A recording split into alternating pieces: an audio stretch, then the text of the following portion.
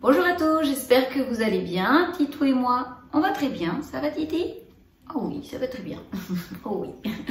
Aujourd'hui, on vous fait un petit sujet qui nous touche tous, puisqu'on va parler du décès de son animal.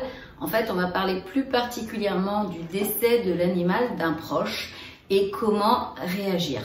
Donc, je vous explique tout ça juste après le générique. C'est parti.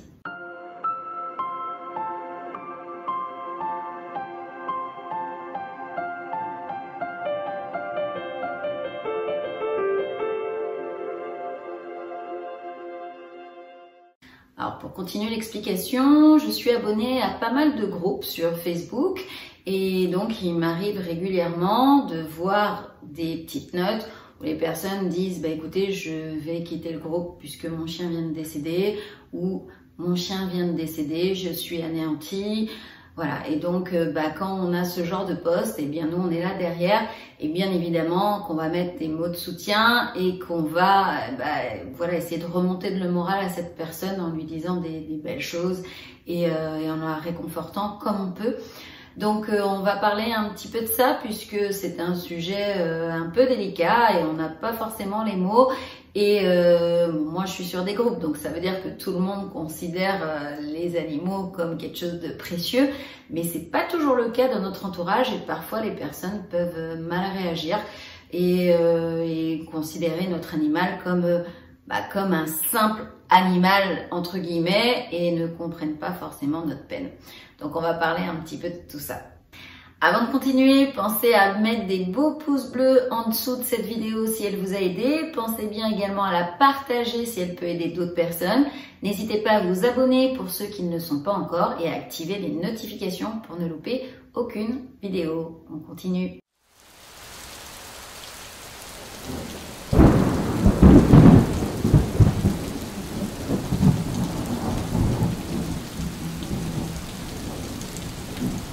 Au moment de la mort de son animal, la pire des choses que l'on peut nous dire, c'est il s'agissait que d'un chien, il s'agissait que d'un chat, il s'agissait que d'un lapin. La maladresse évidente de cette phrase en dit long sur la perception que peuvent avoir les gens sur les animaux de compagnie. Car celles et ceux qui ont déjà vécu un tel événement savent combien il est difficile d'y faire face au même titre que la perte d'un proche. Les animaux sont des membres de la famille comme les autres.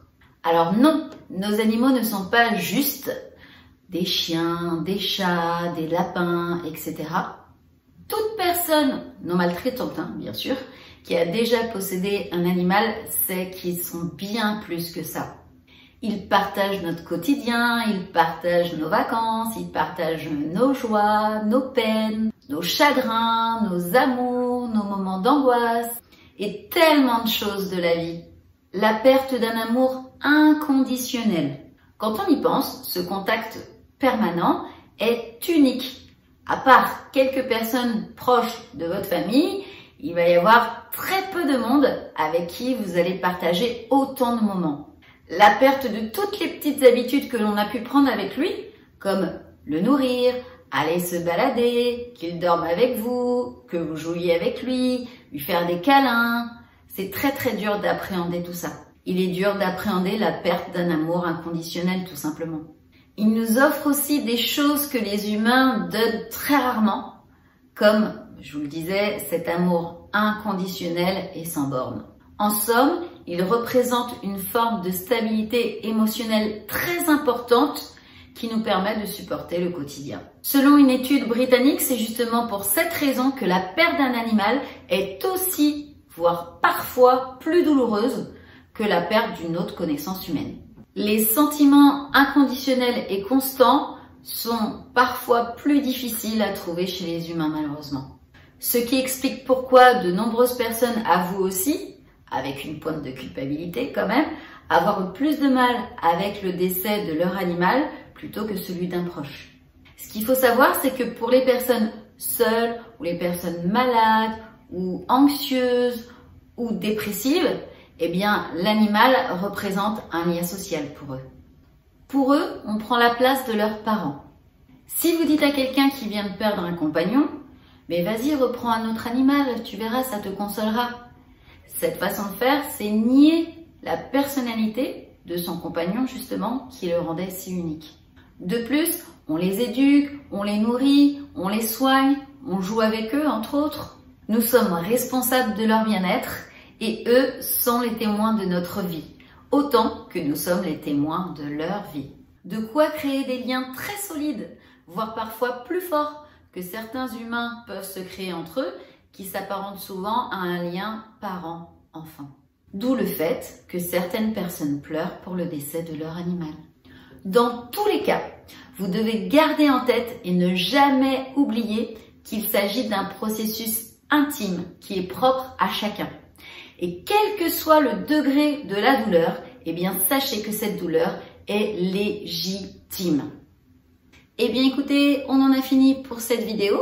J'espère qu'elle vous sera très utile. Si elle vous a plu, eh bien avalanche de pouces bleus en dessous la vidéo.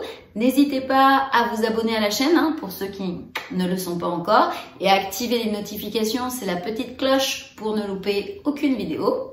On va poser Titou. On vous remercie beaucoup pour votre fidélité. Merci à tous les abonnés. Merci pour votre confiance.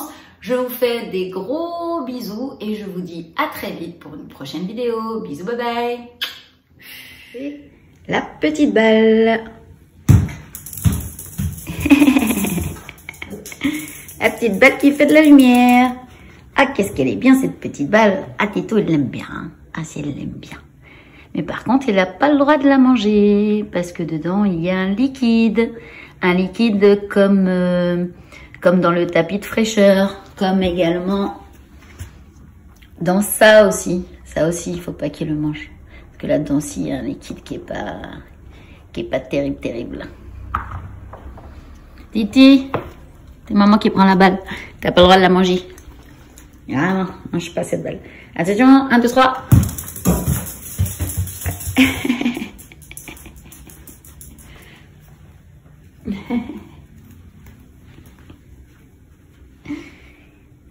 Ah, Youpi, tu donnes pas à maman, tu joues tout seul?